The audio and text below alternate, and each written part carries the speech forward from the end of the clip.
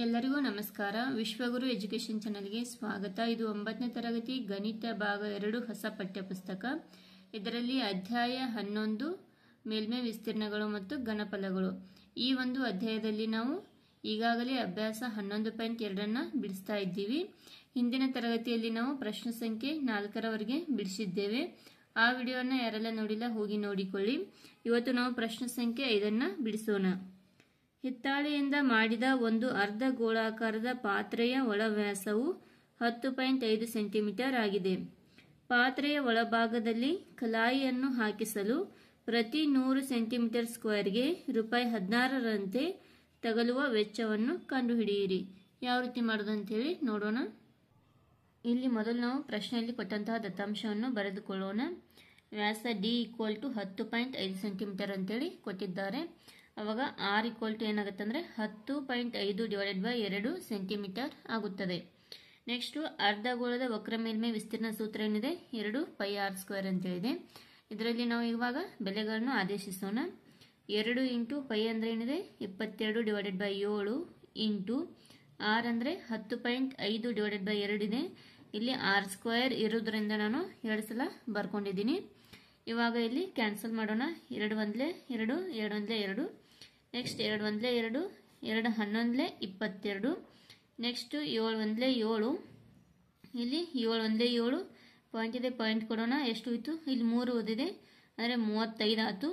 7 × 5 = 35 ಅಂದರೆ ಇಲ್ಲಿ ಏನು ಹೋಯ್ತು 11 ಇಂಟು ಈ 1.5 ನಾನು 15 / 10 ಅಂತೇಳಿ ಬರ್ಕೊಂಡಿದ್ದೀನಿ. ನೆಕ್ಸ್ಟ್ ಇಂಟು ಈ 10.5 ನಾನು 105 / 10 ಅಂತೇಳಿ ಬರ್ಕೊಂಡಿದ್ದೀನಿ. ಇವಾಗ ನೆಕ್ಸ್ಟು 5 × 2 = 10, 5 × 3 = 15. ನೆಕ್ಸ್ಟು 5 × 2 = 10, 5 × 2 = 10, 5 × 1 = 5 ಅಂದರೆ ಇಲ್ಲಿ ಏನು ಹೋಯಿತು 11, 3, 21 ಹೋಯಿತು. ಹಾಗಾಗಿ ಇಲ್ಲಿ ನಾನು 11 × 3 × 21 ಅಂತೇಳಿ ಬರ್ಕೊಂಡಿದ್ದೀನಿ. ನೆಕ್ಸ್ಟ್ ಡಿವೈಡೆಡ್ ಬೈ ಛೇದದಲ್ಲಿ ಏನಿದೆ 2 × 2 ಅಂದರೆ 4, ಹಾಗಾಗಿ 4 ಅಂತೇಳಿ ಬರ್ಕೊಂಡಿದ್ದೀನಿ. ನೆಕ್ಸ್ಟು ಈಕ್ವಲ್ ಟು 11 × 3 ಅಂದರೆ 33, 33 × 21 ಅಂದರೆ 693 ಆಗುತ್ತದೆ. Next divided by 4. ಇವಾಗ ಇದನ್ನ ಕ್ಯಾನ್ಸಲ್ ಮಾಡೋಣ. 4 × 1 = 4, 4 × 1 = 4, ಎಷ್ಟು 2 ಹೋಯಿತು 29 ಆಯಿತು. 4 × 7 = 28, 1 ಉಳಿತು 13 ಆಯಿತು. 4 × 3 = 12. ನೆಕ್ಸ್ಟು 1 ಉಳಿತು ಅಂದರೆ 10 ಆಯಿತು. ಇಲ್ಲಿ 10 ಅಂದರೆ ಒಂದು ಪಾಯಿಂಟ್ 1 ಹೋಯಿತು, ಪಾಯಿಂಟ್ ತೊಗೊಂಡು 10 ಆಯಿತು. ನೆಕ್ಸ್ಟು 4 × 2 = 8, 4 × 2 = 8 ಅಂದರೆ ಮತ್ತೆ 2 ಹೋಯಿತು. 4 × 5 = 20 ಅಂದರೆ ಎಷ್ಟಾಯಿತು 173.25 ಆಗುತ್ತದೆ. ಅಂದರೆ ಅರ್ಧಗೋಳದ ವಕ್ರ ಮೇಲ್ಮೈ ವಿಸ್ತೀರ್ಣ 173.25 ಸೆಂಟಿಮೀಟರ್ ಸ್ಕ್ವೇರ್ ಆಗುತ್ತದೆ.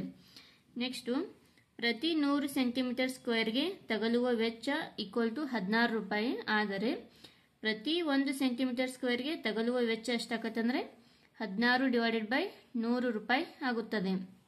ಅದೇ ರೀತಿ ನಮಗೆ 173.25 ಸೆಂಟಿಮೀಟರ್ ಸ್ಕ್ವೇರ್ಗೆ ತಗಲುವ ವೆಚ್ಚ ಏನಾಗುತ್ತೆ ಅಂದರೆ ಇದನ್ನ ಹಿಂಗೆ ಓರೆ ಗುಣಾಕಾರ ಮಾಡಿದಾಗ ನಮಗೆ 173.25 × 16 / 100 ಆಗುತ್ತದೆ. ಇವಾಗ ಇಲ್ಲಿ ಕ್ಯಾನ್ಸಲ್ ಮಾಡೋಣ.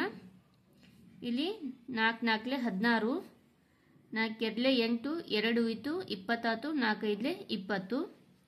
ನೆಕ್ಸ್ಟು 5 × 5 = 25. ಇಲ್ಲಿ 5 × 3 = 15. ನೆಕ್ಸ್ಟು ಏನು ಹೋಯಿತು 2 ಹೋಯಿತು 23 ಆಯಿತು.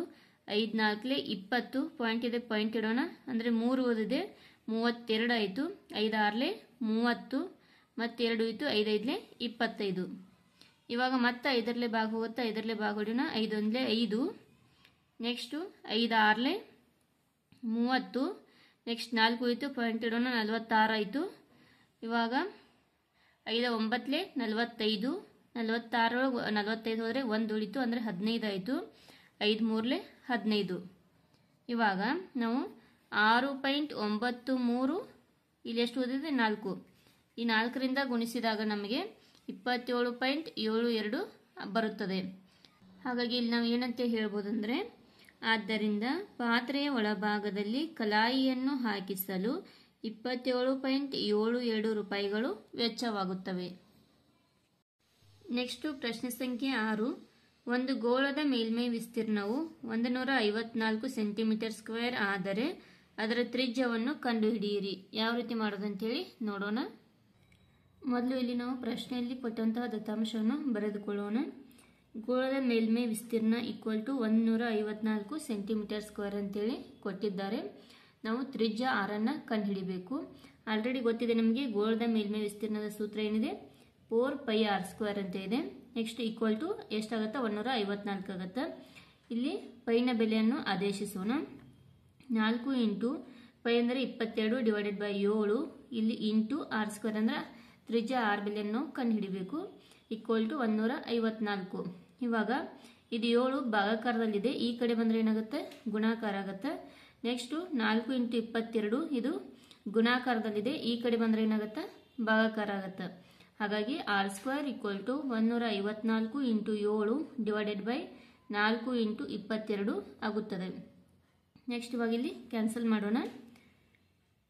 ಇಲ್ಲಿ 11 2 22, 11 1 11, 4 ಉಳಿತು, 44 ಆಯಿತು, 11 4 44. ನೆಕ್ಸ್ಟು 2 1 2, 2 7 14. ಅಂದರೆ ಇಲ್ಲಿ ಅಂಶದಲ್ಲಿ ಏನು ಇತ್ತು, 7 7 ಅಂದರೆ 7 7 49. ಛೇದದಲ್ಲಿ ಏನು ಇತ್ತು, 4 ಉಳಿತು, ಹಾಗಾಗಿ /4. ಇವಾಗ 49 ಮತ್ತು 4ರ ವರ್ಗಮೂಲ ಏನಾಗುತ್ತೆ ಅಂದರೆ 7 ಮತ್ತು 2 ಆಗುತ್ತೆ. ಹಾಗಾಗಿ r = 7 / 2 ಆಗುತ್ತದೆ. ನೆಕ್ಸ್ಟು ಇದು 2 1 2, 2 3 6, 1 ಉಳಿತು, ಪಾಯಿಂಟ್ ಕೊಡೋಣ, 10 ಆಯಿತು, 2 5 10. ಅಂದರೆ r = 3.5 ಸೆಂಟಿಮೀಟರ್ ಬರುತ್ತದೆ. ಇಲ್ಲಿ ಒಂದು ಗೋಳದ ಮೇಲ್ಮೈ ವಿಸ್ತೀರ್ಣ 154 ಸೆಂಟಿಮೀಟರ್ ಆದಾಗ ಅದರ ತ್ರಿಜ್ಯ r = 3.5 ಸೆಂಟಿಮೀಟರ್ ಆಗುತ್ತದೆ. ನೆಕ್ಸ್ಟು ಪ್ರಶ್ನೆ ಸಂಖ್ಯೆ 7. ಚಂದ್ರನ ವ್ಯಾಸವು ಸರಿಸುಮಾರಾಗಿ ಭೂಮಿಯ ವ್ಯಾಸದ 1/4 ಅವುಗಳ ಮೇಲ್ಮೈ ವಿಸ್ತೀರ್ಣಗಳ ಅನುಪಾತವನ್ನು ಕಂಡುಹಿಡಿಯಿರಿ. ಇದನ್ನ ಯಾವ ರೀತಿ ಮಾಡೋದಂತೇಳಿ ನೋಡೋಣ. ಇಲ್ಲಿ ಭೂಮಿಯ ವ್ಯಾಸವು d ಆಗಿರಲಿ. ನೆಕ್ಸ್ಟು ಚಂದ್ರನ ವ್ಯಾಸವೇನಾಗುತ್ತೆ ಅಂದರೆ d/4 ಆಗುತ್ತದೆ. ಯಾಕಂದರೆ ಚಂದ್ರನ ವ್ಯಾಸವು ಸರಿಸುಮಾರಾಗಿ ಭೂಮಿಯ ವ್ಯಾಸದ 1/4 ಆಗಿದೆ. ಹಾಗಾಗಿ ಏನಾಗುತ್ತೆ ಅಂದರೆ ಚಂದ್ರನ ವ್ಯಾಸವು d/4 ಆಗುತ್ತದೆ. ನೆಕ್ಸ್ಟು ಭೂಮಿಯ ತ್ರಿಜ್ಯವು ವ್ಯಾಸ d ಆದರೆ ತ್ರಿಜ್ಯ ಏನಾಗುತ್ತೆ, d/2 ಆಗುತ್ತೆ. ಅಂದರೆ ಇದನ್ನ ಕ್ಯಾಪಿಟಲ್ R ಅಂತೇಳಿ ತಗೊಳ್ಳೋಣ. ನೆಕ್ಸ್ಟು ಚಂದ್ರನ ತ್ರಿಜ್ಯ ಏನಾಗುತ್ತೆ ಅಂದರೆ ಇಲ್ಲಿ ವ್ಯಾಸ ಎಷ್ಟಿದೆ, d/4 ಇದೆ. ಅಂದರೆ ತ್ರಿಜ್ಯ ಏನಾಗುತ್ತೆ, 1/2 × d/4 ಅಂದರೆ d/8 ಆಗುತ್ತದೆ. ಇದನ್ನ ನಾವು ಸ್ಮಾಲ್ r ಅಂತೇಳಿ ಕನ್ಸಿಡರ್ ಮಾಡೋಣ. ನೆಕ್ಸ್ಟು ಚಂದ್ರನ ಮೇಲ್ಮೈ ವಿಸ್ತೀರ್ಣ ಅನುಪಾತ ಭೂಮಿಯ ಮೇಲ್ಮೈ ವಿಸ್ತೀರ್ಣ. ಈಗ ಚಂದ್ರನ ಮೇಲ್ಮೈ ವಿಸ್ತೀರ್ಣ ಸೂತ್ರ ಏನಾಗುತ್ತೆ, 4πr² ಆಗುತ್ತೆ. ನೆಕ್ಸ್ಟ್ ಅನುಪಾತ ಭೂಮಿಯ ಮೇಲ್ಮೈ ವಿಸ್ತೀರ್ಣ ಏನಾಗುತ್ತೆ, 4πR² ಆಗುತ್ತದೆ. ನೆಕ್ಸ್ಟ್ ಇಲ್ಲಿ 4π, ಇಲ್ಲಿ 4π ಕ್ಯಾನ್ಸಲ್ ಆಗುತ್ತದೆ. ನೆಕ್ಸ್ಟ್ ಇಲ್ಲಿ ಸ್ಮಾಲ್ r² ಅನುಪಾತ ಕ್ಯಾಪಿಟಲ್ R² ಆಗುತ್ತದೆ. ಇಲ್ಲಿ ತ್ರಿಜ್ಯ ಏನಿದೆ ನಮ್ಮದು, ಸ್ಮಾಲ್ r ಅಂದರೆ ತ್ರಿಜ್ಯ ಏನಿದೆ, d/8 ಇದೆ. ಹಾಗಾಗಿ ಇದನ್ನೇ d/8² ಅಂತೇಳಿ ಬರ್ಕೊಂಡಿದ್ದೀನಿ. ನೆಕ್ಸ್ಟ್ ಅನುಪಾತ ಕ್ಯಾಪಿಟಲ್ R ಅಂದರೆ ಎಷ್ಟಿದೆ, d/2 ಇದೆ. ಅಂದರೆ d/2² ಅಂತೇಳಿ ಬರ್ಕೊಂಡಿದ್ದೀನಿ. ನೆಕ್ಸ್ಟು d² ಅಂದರೆ d² ಆಯಿತು, /8² ಅಂದರೆ 64. ಅನುಪಾತ ಇದೇನಾಗುತ್ತೆ, d² ಆಗುತ್ತೆ. 2² ಅಂದರೆ 4 ಆಗುತ್ತದೆ. ಇಲ್ಲಿ d² ಕ್ಯಾನ್ಸಲ್ ಆಯಿತು. ಇಲ್ಲಿ 4 1 4, 4 16 64 ಆಯಿತು. ಅಂದರೆ ಇದು ಯಾವ ರೀತಿ ಅಂದರೆ 1/16 ಅನುಪಾತ 1 ರೂಪದಲ್ಲಿ ಇದೆ. ಇದು ಈ ಕಡೆ ಓರೆ ಗುಣಾಕಾರ ಮಾಡಿದಾಗ ಏನಾಗುತ್ತೆ ಅಂದರೆ ನಮಗೆ 1/16 ಆಗುತ್ತದೆ. ಅಂದರೆ ಭೂಮಿ ಮತ್ತು ಚಂದ್ರನ ಮೇಲ್ಮೈ ವಿಸ್ತೀರ್ಣಗಳ ಅನುಪಾತ ಏನಾಗುತ್ತೆ ಅಂದರೆ 1/16 ಆಗುತ್ತದೆ. ನೆಕ್ಸ್ಟು ಪ್ರಶ್ನೆ ಸಂಖ್ಯೆ 8. ಸ್ಟೀಲ್ನಿಂದ ಮಾಡಿದ ಒಂದು ಅರ್ಧ ಗೋಳಾಕಾರದಲ್ಲಿರುವ ಪಾತ್ರೆಯ ದಪ್ಪವು 0.25 ಸೆಂಟಿಮೀಟರ್ ಆಗಿದೆ. ಆ ಪಾತ್ರೆಯ ಒಳ ತ್ರಿಜ್ಯವು 5 ಸೆಂಟಿಮೀಟರ್. ಅದರ ಹೊರ ವಕ್ರ ಮೇಲ್ಮೈ ವಿಸ್ತೀರ್ಣವನ್ನು ಕಂಡುಹಿಡಿಯಿರಿ. ಯಾವ ರೀತಿ ಮಾಡೋದಂತೇಳಿ ನೋಡೋಣ. ಮೊದಲು ಇಲ್ಲಿ ನಾವು ಪ್ರಶ್ನೆಯಲ್ಲಿ ಕೊಟ್ಟಂತಹ ದತ್ತಾಂಶವನ್ನು ಬರೆದುಕೊಳ್ಳೋಣ. ಒಳತ್ರಿಜ್ಯ ಆರ್ ಈಕ್ವಲ್ ಟು 5 ಸೆಂಟಿಮೀಟರ್ ಮತ್ತು ಪಾತ್ರೆಯ ದಪ್ಪ ಈಕ್ವಲ್ ಟು 0.25 ಸೆಂಟಿಮೀಟರ್ ಕೊಟ್ಟಿದ್ದಾರೆ. ಇವಾಗ ಹೊರತ್ರಿಜ್ಯ ಏನಾಕತ್ತೆ ಅಂದರೆ ಒಳತ್ರಿಜ್ಯ ಮತ್ತು ಪಾತ್ರೆಯ ದಪ್ಪವನ್ನು ಕೂಡಿಸಿದಾಗ ನಮಗೆ ಹೊರತ್ರಿಜ್ಯ ಸಿಗುತ್ತದೆ. ಹಾಗಾಗಿ ನಾನಿಲ್ಲಿ ಹೊರತ್ರಿಜ್ಯ ಈಕ್ವಲ್ ಟು ಒಳತ್ರಿಜ್ಯ ಪ್ಲಸ್ ಪಾತ್ರೆಯ ದಪ್ಪ ಅಂತ ಹೇಳಿ ಬರ್ಕೊಂಡಿದ್ದೀನಿ. ಒಳತ್ರಿಜ್ಯ ಎಷ್ಟಿದೆ 5 ಇದೆ, ಪ್ಲಸ್ ಪಾತ್ರೆಯ ದಪ್ಪ 0.25 ಇದೆ. ಇವಾಗ 5 ಪ್ಲಸ್ 0.25 ಮಾಡಿದಾಗ ನಮಗೆ 5.25 ಸೆಂಟಿಮೀಟರ್ ಸಿಗುತ್ತದೆ. ಇದೇನಾಗಿರ್ತದೆ ಅಂದರೆ ನಮ್ಮದು ಹೊರತ್ರಿಜ್ಯ ಆಗಿರುತ್ತದೆ. ಇವಾಗ ಅರ್ಧ ಗೋಳಾಕಾರದ ಪಾತ್ರೆಯ ಹೊರ ವಕ್ರ ಮೇಲ್ಮೈ ವಿಸ್ತೀರ್ಣವನ್ನು ಕಂಡುಹಿಡಿಯಬೇಕು. ನಮಗೆ ಆಲ್ರೆಡಿ ಗೊತ್ತಿದೆ ಅರ್ಧ ಗೋಳಾಕಾರದ ವಕ್ರ ಮೇಲ್ಮೈ ವಿಸ್ತೀರ್ಣ ಸೂತ್ರ ಏನಿದೆ 2πr² ಆಗಿದೆ. ನೆಕ್ಸ್ಟ್ ಇವಾಗ ಇಲ್ಲಿ ಬೆಲೆಗಳನ್ನು ಆದೇಶಿಸೋಣ. 2 ಇಂಟು ಪೈ ಅಂದರೆ ಏನಿದೆ 22/7 ಇಂಟು ಆರ್ ಅಂದರೆ ಏನು ಕಂಡು ಹಿಡ್ಕೊಂಡೀವಿ 5.25 ಇದೆ. ಇಲ್ಲಿ r² ಇರೋದರಿಂದ ನಾನಿಲ್ಲಿ 2 ಸಲ ಬರ್ಕೊಂಡಿದ್ದೀನಿ. ಇವಾಗ ಇಲ್ಲಿ ಕ್ಯಾನ್ಸಲ್ ಮಾಡೋಣ. 7 1 7. ನೆಕ್ಸ್ಟ್ ಇಲ್ಲಿ ಪಾಯಿಂಟ್ ಕೊಡೋಣ. ಎಷ್ಟಾಯಿತು 52 ಆಯಿತು. ಅಂದರೆ 7 7 49. 52ರೊಳಗೆ 49 ಹೋದರೆ ಏನಾಯಿತು 3 ಉಳಿತು. ಇಲ್ಲಿ 5 ಇದೆ 35 ಆಯಿತು. 7 5 35 ಆಯಿತು. ಇವಾಗ ಇಲ್ಲಿ ಏನು ಉಳಿತು ಅಂದರೆ 2 ಇಂಟು 22 ಅಂದರೆ 44 ಇಂಟು 0.75 ನಾನು 75/100 ಅಂತೇಳಿ ಬರ್ಕೊಂಡಿದ್ದೀನಿ. ನೆಕ್ಸ್ಟ್ ಇಂಟು 5.25 ನಾನು 525/100 ಅಂತೇಳಿ ಬರ್ಕೊಂಡಿದ್ದೀನಿ. ಇವಾಗ ಇಲ್ಲಿ 25 3 75, 25 4 100, 4 1 4, 4 11 44. ನೆಕ್ಸ್ಟು ಇಲ್ಲಿ 25 4 100, ಇಲ್ಲಿ 25 2 50. ಎಷ್ಟೇನೋಯ್ತು 2 ಹೋಯ್ತು 25 ಆಯಿತು. ನೆಕ್ಸ್ಟ್ 25 1 25. ಇಲ್ಲಿ ಹಾಗಾಗಿ ಏನು ಹೋಯ್ತು ಅಂದರೆ ಅಂಶದಲ್ಲಿ ಏನು ಹೋಯ್ತು 13 3 21. ಹಾಗಾಗಿ ಇಲ್ಲಿ ನಾನು 13 ಇಂಟು 3 ಇಂಟು 21 ಅಂತೇಳಿ ಬರ್ಕೊಂಡಿದ್ದೀನಿ. ನೆಕ್ಸ್ಟು ಛೇದದಲ್ಲಿ ಏನು ಓದಿದೆ 4 ಓದಿದೆ. ಹಾಗಾಗಿ /4 ಅಂತೇಳಿ ಬರ್ಕೊಂಡಿದ್ದೀನಿ. ಇವಾಗ 11 ಇಂಟು 3 ಅಂದರೆ 33 ಆಯಿತು. 33 ಇಂಟು 21 ಅಂದರೆ 693 ಆಗುತ್ತೆ. ಇಲ್ಲಿ 4 ಇದೆ ಹಾಗಾಗಿ /4 ಅಂತೇಳಿ ಬರ್ಕೊಂಡಿದ್ದೀನಿ. ಈ 693ಅನ್ನು 4ರಿಂದ ಭಾಗಿಸಿದಾಗ ನಮಗೆ 173.25 ಸಿಗುತ್ತದೆ. ಅಂದರೆ ಅರ್ಧ ಗೋಳಾಕಾರದ ಪಾತ್ರೆಯ ವಕ್ರ ಮೇಲ್ಮೈ ವಿಸ್ತೀರ್ಣ 173.25 ಸೆಂಟಿಮೀಟರ್² ಆಗುತ್ತದೆ. ನೆಕ್ಸ್ಟು ಪ್ರಶ್ನೆ ಸಂಖ್ಯೆ 9. r ತ್ರಿಜ್ಯವಿರುವ ಒಂದು ಗೋಳವನ್ನು ಒಂದು ನೇರ ವೃತ್ತಪಾದ ಸಿಲಿಂಡರ್ ಸರಿಯಾಗಿ ಆವರಿಸಿಕೊಂಡಿದೆ. ಚಿತ್ರವನ್ನು ಈ ರೀತಿ ಕೊಟ್ಟಿದ್ದಾರೆ. ಇದರಲ್ಲಿ 1ನೇದ್ದು ಗೋಳದ ಮೇಲ್ಮೈ ವಿಸ್ತೀರ್ಣ, ಅದರಲ್ಲಿ 2ನೇದ್ದು ಸಿಲಿಂಡರ್ನ ವಕ್ರ ಮೇಲ್ಮೈ ವಿಸ್ತೀರ್ಣ, ಅದರಲ್ಲಿ 3ನೇದ್ದು 1 ಮತ್ತು 2ರಲ್ಲಿ ಬಂದ ವಿಸ್ತೀರ್ಣಗಳ ಅನುಪಾತ ಕಂಡುಹಿಡಿಯಿರಿ. ಇದನ್ನ ಯಾವ ರೀತಿ ಮಾಡೋದಂತೇಳಿ ನೋಡೋಣ. ಇಲ್ಲಿ ಪ್ರಶ್ನೆಯಲ್ಲಿ ಕೊಟ್ಟಂತಹ ಚಿತ್ರವನ್ನು ನಾನು ಇಲ್ಲಿ ಬಿಡಿಸಿಕೊಂಡಿದ್ದೇನೆ. ಇಲ್ಲಿ ಹೊರಗೆ ಕಾಣ್ತಿದೆಯಲ್ಲ ಇದು ನೇರ ವೃತ್ತಪಾದ ಸಿಲಿಂಡರ್ ಆಗಿದೆ. ಈ ಸಿಲಿಂಡರು ಸಂಪೂರ್ಣವಾಗಿ ಆವರಿಸಿಕೊಳ್ಳುವಂತೆ ಒಂದು ಗೋಳವನ್ನು ಈ ಒಂದು ಸಿಲಿಂಡರ್ನಲ್ಲಿ ಇಡಲಾಗಿದೆ. ಈ ಒಂದು ಗೋಳದ ತ್ರಿಜ್ಯ ಏನಿದೆ 6 ಸೆಂಟಿಮೀಟರ್ ಆಗಿದೆ. ಇವಾಗ ಇದು ಕೂಡ ತ್ರಿಜ್ಯ ಆಗತ್ತಾ, ಇದು ಕೂಡ ತ್ರಿಜ್ಯ ಆಗತ್ತಾ. ಇಲ್ಲಿ ನೀವು ಯಾವುದೇ ಒಂದು ಲೈನಿಂದ ಅಂದರೆ ವೃತ್ತ ಕೇಂದ್ರದಿಂದ ವೃತ್ತದ ಪರಿಧಿಗೆ ಯಾವುದೇ ಒಂದು ಸರಳ ರೇಖೆಯನ್ನು ಎಳೆದಾಗ ಅದು ತ್ರಿಜ್ಯ ಆಗಿರುತ್ತದೆ. ಹಾಗಾಗಿ ಇದು ಕೂಡ r ಆಗತ್ತಾ, ಇದು ಕೂಡ r ಆಗತ್ತಾ. ಇವಾಗ ಈ ಸಿಲಿಂಡರ್ನ ಎತ್ತರ h = 2r ಅಂತೇಳಿ ಬರ್ಕೊಂಡಿದ್ದೀನಿ. ಇದು ಯಾವ ರೀತಿ ಅಂದರೆ ಇಲ್ಲಿ ನೀವು ನೋಡ್ಬೋದು ಇದೆಷ್ಟಿದೆ r ಇದೆ.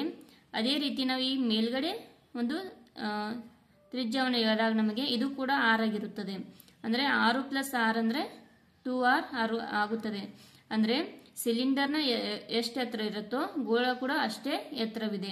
ಹಾಗಾಗಿ h = 2r ಆಗುತ್ತದೆ.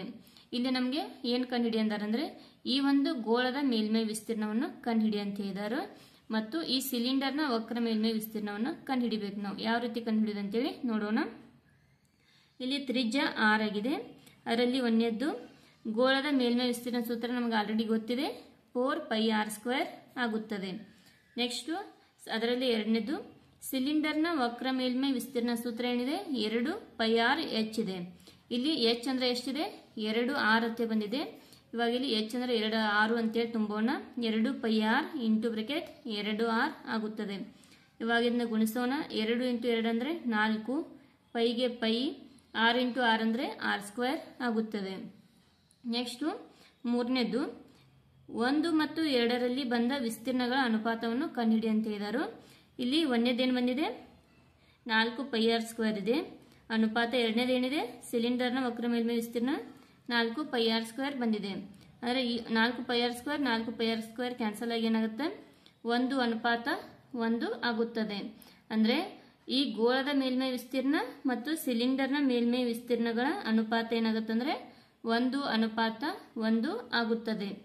ಇಲ್ಲಿಗೆ ಪ್ರಶ್ನೆ ಸಂಖ್ಯೆ 9 ಮುಕ್ತಾಯವಾಯಿತು. ಅಂದರೆ ಅಭ್ಯಾಸ 11.2 ಮುಕ್ತಾಯವಾಯಿತು. ಈ ವಿಡಿಯೋವನ್ನು ಇಲ್ಲಿಗೆ ಸ್ಟಾಪ್ ಮಾಡೋಣ. ಈ ವಿಡಿಯೋ ನಿಮಗೆ ಇಷ್ಟವಾದರೆ ನಿಮ್ಮ ಫ್ರೆಂಡ್ಸ್ಗೆಲ್ಲ ಶೇರ್ ಮಾಡಿ, ಲೈಕ್ ಮಾಡಿ, ಸಬ್ಸ್ಕ್ರೈಬ್ ಮಾಡಿ. Thank you all.